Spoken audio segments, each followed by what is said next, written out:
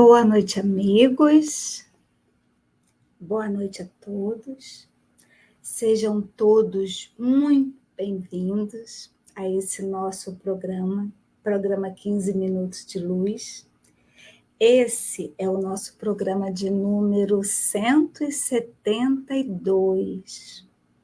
Eu sou a Norma Gualter, da Sociedade Espírita Allan Kardec, em Saquarema, e hoje estamos aqui para falar um pouquinho sobre alguma coisa a mais sobre a doutrina espírita. Mas antes, a gente sempre começa, né, esse nosso encontro, a gente sempre começa com uma prece. Então, a gente solicita nesse momento a ajuda dos nossos bons espíritos, do nosso anjo da guarda, aquele que nos intui, nos inspira sempre de forma positiva, que esse momento a gente possa, eu aqui, vocês aí do outro lado, possam ser envolvidos pela luz do Cristo. Que assim seja. Bom, chegamos em dezembro. Dezembro é um dos meus meses favoritos, porque eu amo o Natal. Acho assim, uma data muito significativa, muito. Eu acho que dezembro é aquele momento, não só a mudança de um ano novo, né, a expectativa de um ano novo, mas o mês inteiro, eu acho que a gente renova a nossa esperança em dias melhores.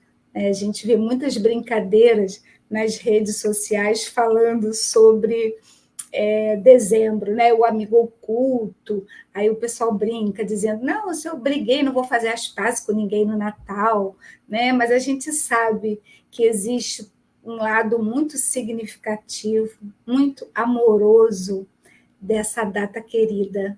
Algumas pessoas até mencionam dizendo que o Natal é meio triste. Eu não penso assim, não. Eu penso que Natal é família, é amigos, a gente renovar as nossas esperanças, né, no ano novo que está chegando, e lembrar do ilustre aniversariante que é Jesus. A gente não pode perder Jesus de vista, né? Isso é fato. Mas, amigos, hoje eu trouxe um assunto diferente de tudo que eu geralmente trago.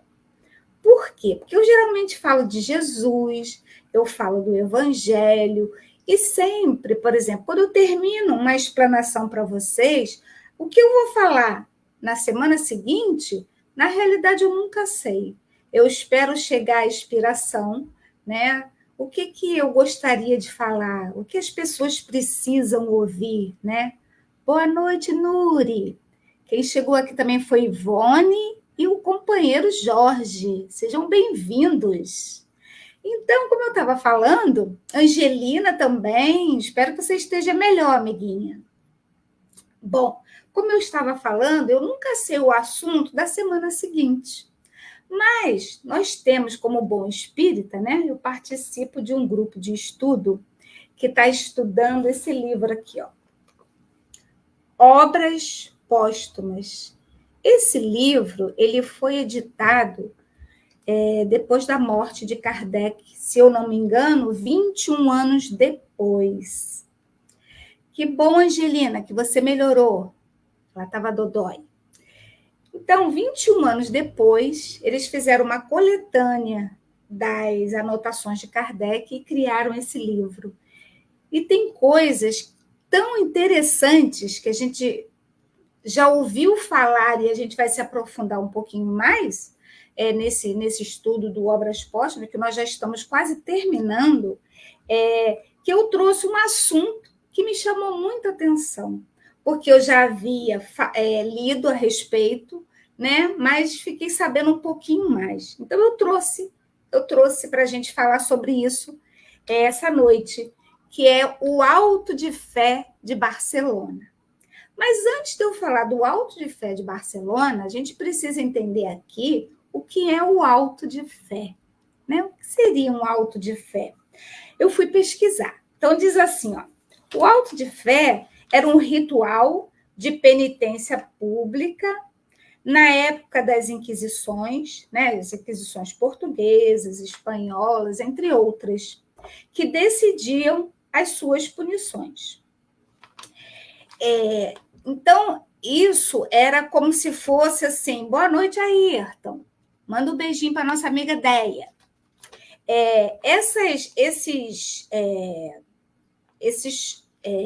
Como é que eu vou dizer?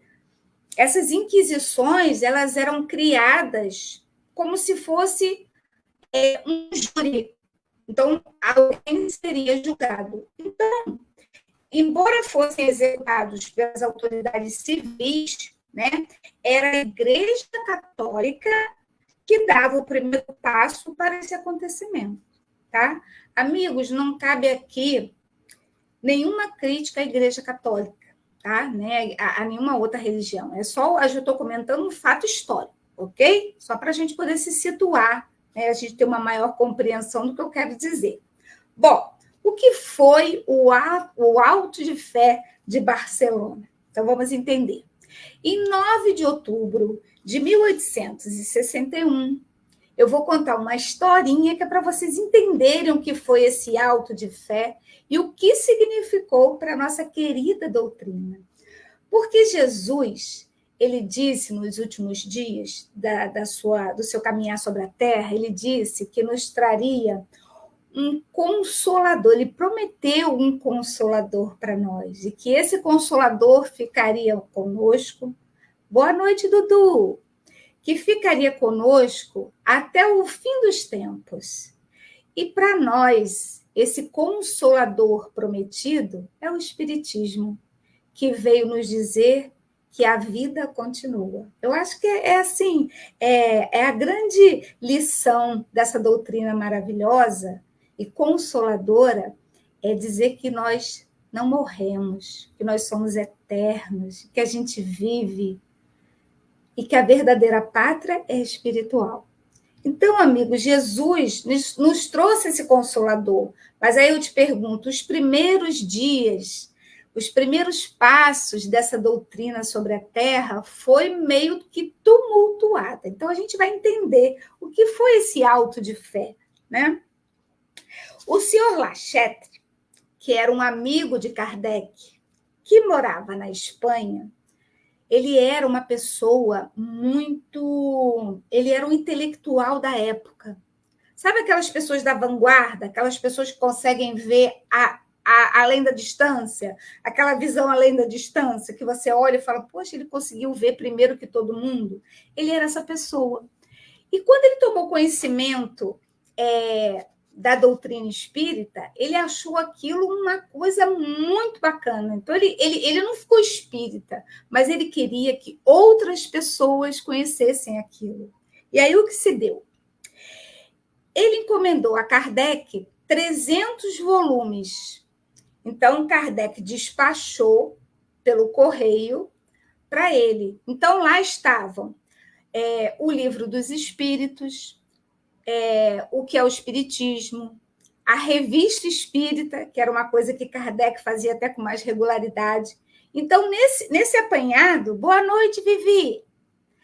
Nesse apanhado de livros, deu 300 volumes. E aí, Kardec despachou normalmente, com todo o trâmite legal e burocrático da época. Quando chegou do lado de lá, que ele foi pegar na alfândega, alguém falou, peraí, isso aqui é o quê? Aí ele explicou que eram livros que estavam vindo da França. Aí, peraí, então olha só. Eles tinham um bispo que fazia uma certa triagem. Tem até uma passagem que diz assim, ó, o senhor Lachette pediu os livros sem a menor infração à legalidade, foi o que eu disse, foi de forma lícita, pagando os impostos, lá vem os livros, né? Mas antes de liberar, a autoridade local submeteu à apreciação do bispo, que era, na Espanha, a polícia das livrarias, Meus amigos, imaginem você ter uma polícia das livrarias. Eu não sei se já ouviram falar num filme antigo que era O Nome da Rosa.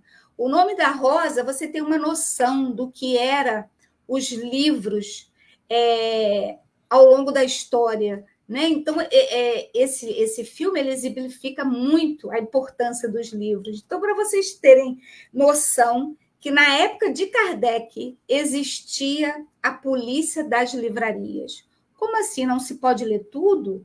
Não se pode ter um gosto eclético em leitura? Não, tinha que passar pelo crivo do bispo. E o bispo estava em Madrid, então adiou um pouco mais. E quando o bispo chega e vê o livro dos Espíritos e as outras obras de Kardec já escritas na época, ele falou: não, isso aqui não vai para a livraria, não. A gente vai fazer um auto de fé. Vamos botar o livro em praça pública e vamos tocar fogo nos livros. Bom, num primeiro momento, eles recorreram. Eles tinham uma pessoa que eles podiam recorrer. O bispo, que estava em Madrid, quando retornou de Barcelona, ordenou que as obras fossem apreendidas, queimadas em praça pública. Se justificaria se os livros tivessem uma entrada na Espanha como um contrabando, de forma ilegal, que isso não aconteceu. O correto seria que os livros fossem devolvidos a Kardec na França e não queimados em praça pública. Aí eles reclamaram, junto ao cônsul francês em Barcelona, que disse também que não podia nada ser feito. E aí o que aconteceu? Kardec disse: não, tudo bem, deixa acontecer. Mas Kardec tinha um anjo protetor, aquele espírito que o intuía, o inspirava a todo momento. E aí ele vai perguntar a esse espírito se ele deveria insistir para que aquilo não acontecesse, que ele fosse numa instância superior para aquilo não acontecesse. E o espírito dá uma resposta muito interessante. Ele diz assim, a resposta que o espírito dá: na minha opinião, é que resultará deste auto de fé um bem maior que não produziria a leitura de alguns volumes. A perda material não é nada em comparação com a repercussão que semelhante fato dará à doutrina. Por quê? Porque a Europa daquela época já não estava mais tolerando essa censura. Então, quando botaram os livros na praça e tocaram fogo, todos os jornais da Espanha noticiaram. E as pessoas ficaram interessadíssimas nos livros, até quem nunca tinha interesse, nunca tinha ouvido falar, e eles ficaram interessadíssimos.